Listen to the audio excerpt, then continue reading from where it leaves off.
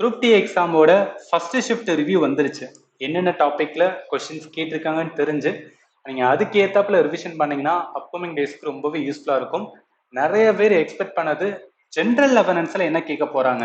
ஏன்னா சில ஹிந்தி சேனலுமே, அதுவும் பெரிய ஹிந்தி சேனல் என்ன சொல்லியிருந்தாங்கன்னா, கரண்ட் அஃபேரோட சேர்த்து நீங்க ஹிஸ்டரி, ஜியாகிரபி, பாலிட்டி இந்த மாதிரி டாபிக்கும் லேர்ன் பண்ணிட்டு போங்க அப்படின்னு சொல்லியிருந்தாங்க.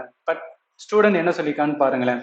மோஸ்ட்லி வந்து கரண்ட் அஃபேர் தான் கேட்டிருக்கான்னு சொல்றாங்க. அந்த கரண்ட் அஃபேருமே 2026 கரண்ட் அஃபேர் தான் ஃபோக்கஸ் பண்ணியிருக்காங்க அப்படின்னு சொல்லியிருக்காங்க. நான் உங்களுக்கு ஸ்ட்ராட்டஜி வீடியோ, அதாவது லாஸ்ட் 30 டேஸ் ஸ்ட்ராட்டஜி வீடியோலையுமே நான் ப்ராப்பரா மென்ஷன் பண்ணியிருந்தேன். கரண்ட் அஃபேருக்கு அதிக ப்ரையாரிட்டி கொடுங்க. ஏன்னா போன வருஷம் எல்லாமே கரண்ட் அஃபேர். அந்த கரண்ட் அஃபேரையும் ஜனவரி, அதாவது 2026 கரண்ட் அஃபேர் நீங்க ஃபோக்கஸ் பண்ணணும். அது ஏன் ஃபோக்கஸ் பண்ணணும்னு சொல்லி அதையும் நான் எக்ஸ்பிளைன் பண்ணியிருந்தேன். தயவு செய்து உங்களுக்கு டைம் இருந்துச்சுன்னா அந்த வீடியோவை பாருங்க. எல்லாமே டெலிகிராம்ல கொடுத்துருக்கேன். சரி, இப்போ என்ன பண்ணணும்? கரண்ட் அஃபேர் நீங்க ஃபோக்கஸ் பண்ணி ஆகணும். அதுல எந்த ஒரு மாற்று கருத்தே இல்லை. நீங்க பாத்துக்கலாம். ஸ்டூடெண்டே ரிவ்யூ சொல்லிட்டாங்க. அப்கமிங் டேஸ்ல இருக்கிற ஸ்டூடெண்ட் தயவு செய்து என்ன பண்ணுங்க, ஜனவரியில இருந்து ஜூன் வரைக்கும் இருக்கிற கரண்ட் அஃபேரை எவ்வளவு அக்யூரேட்டா லேர்ன் பண்ண முடியுமோ. ஏன்னா ரொம்ப ரொம்ப ஃபேக்சுவலா தான் கொஸ்டின் வரும். அதுக்கு ஏத்தப்பல என்ன பண்ணி ஆகணும், நீங்க ப்ரிப்பேர் பண்ணி தான் ஆகணும். சரி, அடுத்து பாருங்களேன். நம்மளோட ஃபோக்கஸ், ஏன்னா நான் ரெண்டு இது ப்ராப்பரா டீச் பண்ணிட்டு இருக்கேன். ஒன்னு சயின்ஸ், இன்னொன்னு கரண்ட் அஃபேர். சயின்ஸை பார்த்துருவோம், ஏன்னா அது நம்மளோட ஏரியா. சயின்ஸ்ல பாருங்களேன், என்ன கேட்டிருக்காங்கன்னா எல்லா சாப்டருமே, என்சிஆர்ல இருக்க எல்லா சாப்டர்லும் கொஸ்டின் எடுத்திருந்தாங்க.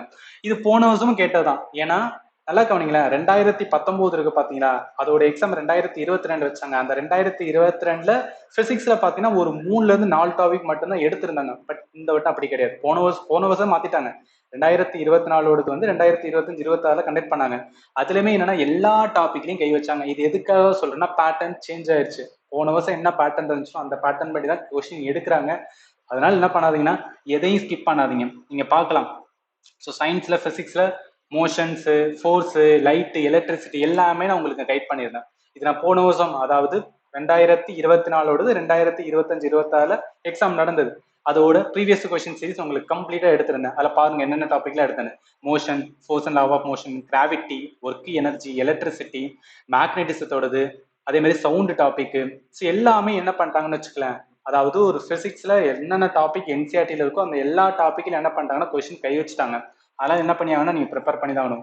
கெமிஸ்ட்ரியில atom, molecules, chemical reaction, acid base, salt, இது எக்ஸ்பெக்ட் பண்ணதான்.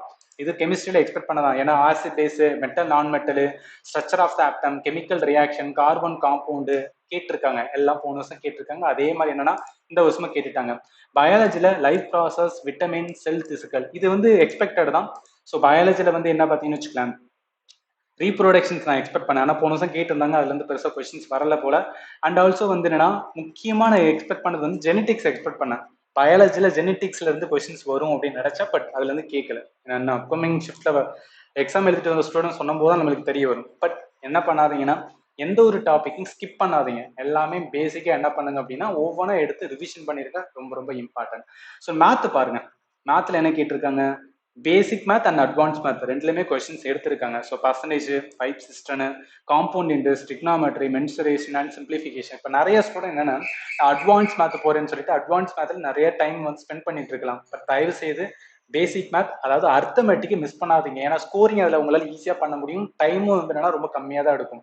ஃபார் எக்ஸாம்பிள் என்ன சொல்ல வரணும், percentage, simple interest, compound interest, time and work, speed, distance, time, simplification, number system, இதெல்லாமே என்னன்னா உங்களால ஸ்கோர் பண்ண முடியும். டக்க நீங்க பார்த்தா ஒரு 30ல இருந்து 40 செகண்ட்குள்ள கூட என்ன சில கொஸ்டின் நீங்க உங்களால கை வைக்க முடியும். ஸோ அதனால என்ன, அதை ஃபோக்கஸ் பண்ணுங்க. அண்ட் சில அவங்களே சொல்லியிருக்காங்க, கால்குலேட்டிவா இருந்துச்சு அப்படின்னு சொல்லியிருக்காங்க. ரீசனிங் பாருங்க, பஸ்ல இருந்து சீட்டிங் அரேஞ்ச்மெண்ட், ஆல்பன் நியூமரிக் சீரிஸ் ரிலேட்டடா, ranking position, coding, decoding, blood relation, syllogism, எப்போதும் ரீசனிங்ல இந்த டாபிக் கேட்கறதா அதே மாதிரி கேட்டிருக்காங்க. இப்ப ஸ்டூடெண்ட்டுக்கு இருக்கிற டவுட் என்ன ஒரு டவுட்னா, ஜென்ரல் அவேர்னஸ்ல என்ன கேட்கறாங்கன்னு தெரிஞ்சுக்கிச்சு, ரைட்டா? அண்ட் சயின்ஸ்லயும் எது கேட்கறாங்கன்னு தெரிஞ்சுக்கிச்சு. நான் ப்ராப்பரா உங்களுக்கு சொல்லியிருந்தேன். அண்ட் ஸ்ட்ராட்டஜி வீடியோலையும் தெளிவா எக்ஸ்பிளைன் பண்ணியிருந்தேன். சயின்ஸுக்கு எதையும் மிஸ் பண்ணாதீங்க, எல்லாமே பாருங்கன்னு சொல்லினேன். கரண்ட் அஃபேருக்கு ஃபோக்கஸ் பண்ணுங்க. கரண்ட் அஃபேர் குரூப் டி நிறைய ஃபோக்கஸ் பண்ணுங்க. ஏன்னா நீங்க நார்மல் அதர் ரயில்வே எக்ஸாம்ல இருக்கிற மாதிரி நீங்க கரண்ட் அஃபேர் பார்க்கக்கூடாது.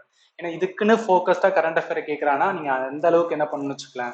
20 கொஸ்டின் கரண்ட் அஃபேர் வர போதுன்னா அப்ப அந்த அளவுக்கு நம்ம எஃபர்ட் போட்டாதான் வந்துடும்னா, அட்லீஸ்ட் நான் என்ன சொல்றேன்னா ஒரு 10 கொஸ்டின் வரட்டுமே. 10 கொஸ்டின் வந்தாலுமே என்ன ஆகும் அப்படின்னா, கரண்ட் அஃபேர்ல மார்க் வந்தாலும் மிச்ச டாபிக் நீங்க நல்ல மார்க் வந்தீங்கன்னா கட் ஆஃப் ஹையா போகும்.